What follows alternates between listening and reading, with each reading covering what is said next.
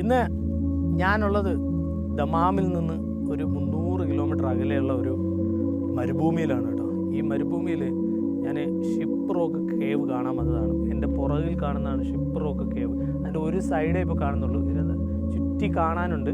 പക്ഷേ ഞങ്ങളിവിടെ എത്തിയപ്പോഴത്തേക്കും ശരിക്കും പെട്ടുപോയി. അതെന്ന് പറഞ്ഞു കഴിഞ്ഞാൽ ഭയങ്കരമായിട്ട് ലേറ്റായി. എന്തായാലും റോക്കിനകത്തേക്ക് കയറാൻ പറ്റില്ല.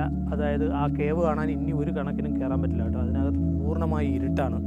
അത് ഞങ്ങളിവിടെ ഉള്ളൊരു ആട് വയ്ക്കുന്ന ആളിനോട് ചോദിച്ചപ്പോഴത്തേ അയാൾ പറഞ്ഞു ഇനി ഇതിനകത്തേക്ക് കയറാൻ പറ്റില്ല, നിങ്ങൾ തീർത്തും പേടിച്ചു പോകും, അതിനകത്തേക്ക് കയറത്തില്ല, കൈമുട്ട് കുത്തി മാത്രമേ അതിനകത്തേക്ക് കയറാൻ പറ്റുള്ളൂ. അതായത് മുട്ടുകാലിൽ ഇഴഞ്ഞു വേണം കയറാൻ.